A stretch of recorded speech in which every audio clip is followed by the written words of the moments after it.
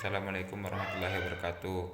Perkenalkan, nama saya Alif Al-Hair. Saya mahasiswa Universitas PGRI Sumeneb, Fakultas Ilmu Pendidikan, Prodi Pendidikan Bahasa dan Sastra Indonesia. Saya di sini akan mempresentasikan proposal saya yang berjudul Tindak Tutur Representatif Bahasa Bajo, Perspektif Pragmatik di Desa Sabuntan, Kecamatan Sepekan, Kabupaten Sumeneb.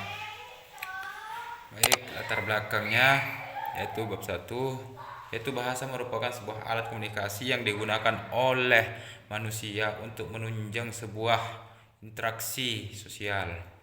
Sebagaimana dijelaskan di latar belakang di sini bahwa bahasa merupakan komunikasi yang berguna untuk menunjang alat bantu berinteraksi antara satu sama lain, baik dalam memberikan informasi atau mengklaim kepemilikan yang dituturkan kepada lawan bicara, sehingga sesuatu yang dimaksud oleh pembicara dapat dimengerti oleh lawan bicara. Nah, di situ adalah arti dan makna daripada sebuah bahasa.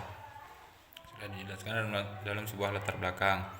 Terus yaitu karena konsepnya Bajo, objeknya itu Bajo, jadi kita mengacu kepada bahasa Bajo. Bahasa Bajo merupakan sebuah bahasa yang digunakan oleh masyarakat suku Bajo dalam menunjang interaksi, baik dalam mengklaim, memberikan informasi yang digunakan oleh masyarakat suku Bajo, sehingga pendengar dapat mengerti apa yang disampaikan oleh pembicara tersebut.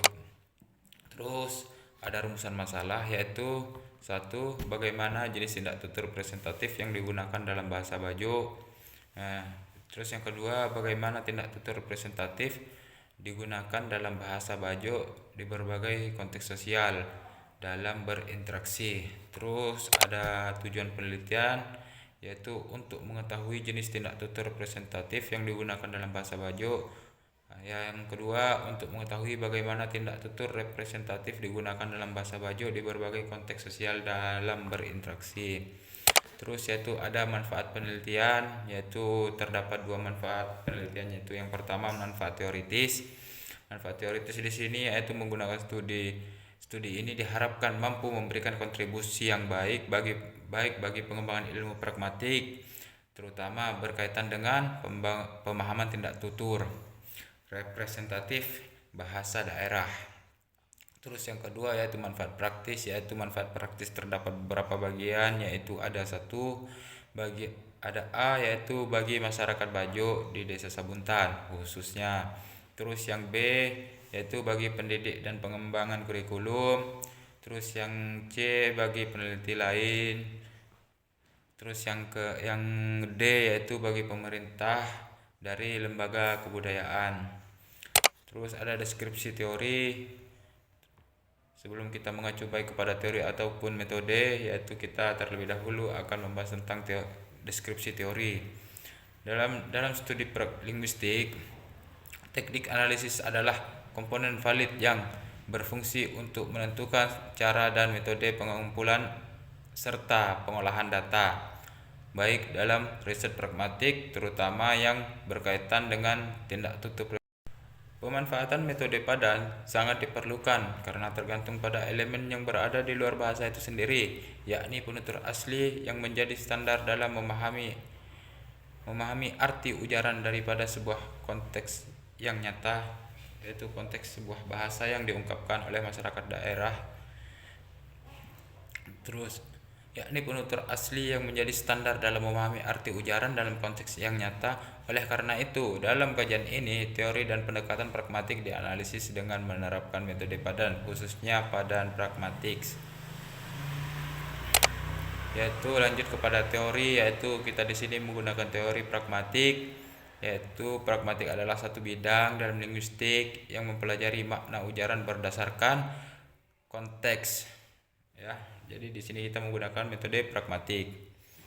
Terus selain kita menggunakan teori pragmatik, yaitu ada juga teori tindak tutur representatif, yaitu teori tindak tutur representatif, teori yang diperkenalkan oleh John Searle tahun 1975, yaitu membagi tuturan ke dalam 5 kategori, yaitu ada representatif, ada direktif, ada ekspresif, komisif, dan deklaratif.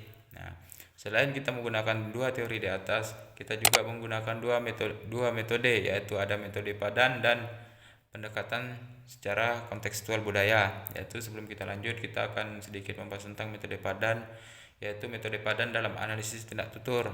Nah, penelitian ini menggunakan terapan, yaitu menggunakan metode padan pragmatis, yaitu salah satu jenis metode padan dalam linguistik yang menjadikan mitra tutur atau penutur, maksudnya pembicara itu pembicara atau pendengar asli atau lawan bicara sebagai instrumen penutur, seperti itu.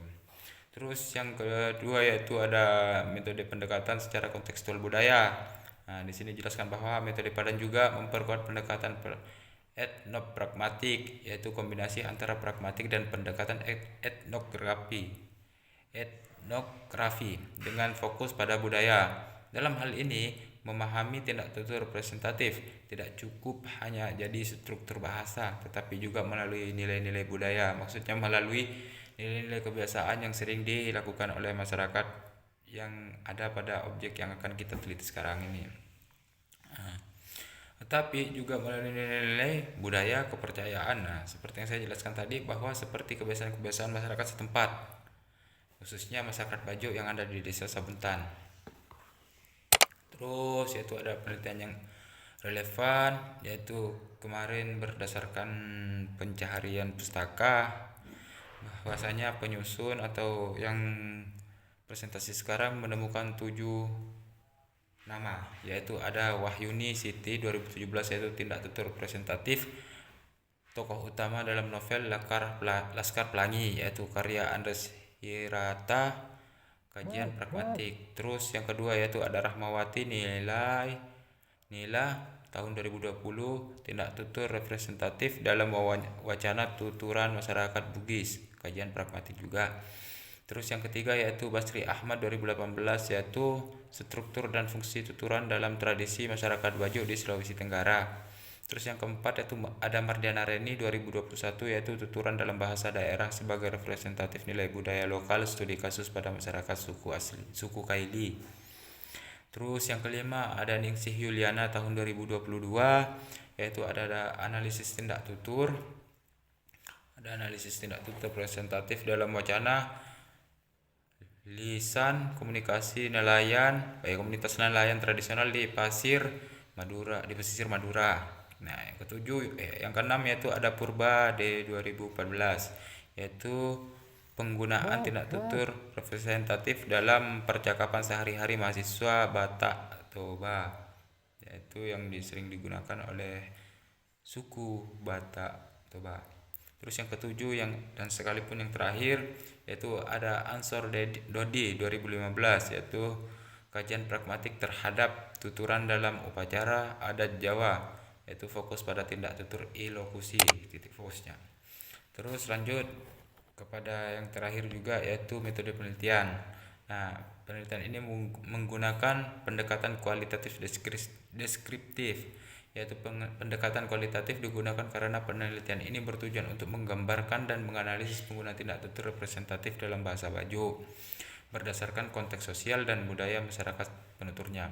Sementara itu, jenis deskriptif digunakan untuk mendeskripsikan fenomena kebahasaan secara alami tanpa adanya manipulasi variabel. Nah, mungkin hanya cukup sekian dari saya. Apabila ada kata-kata yang salah atau kurang berkenan, mohon maaf yang sebesar-besarnya. Saya atas nama Alif Al-Wahair mohon undur diri. Ihdinas siratal mustaqim. Wassalamualaikum warahmatullahi wabarakatuh.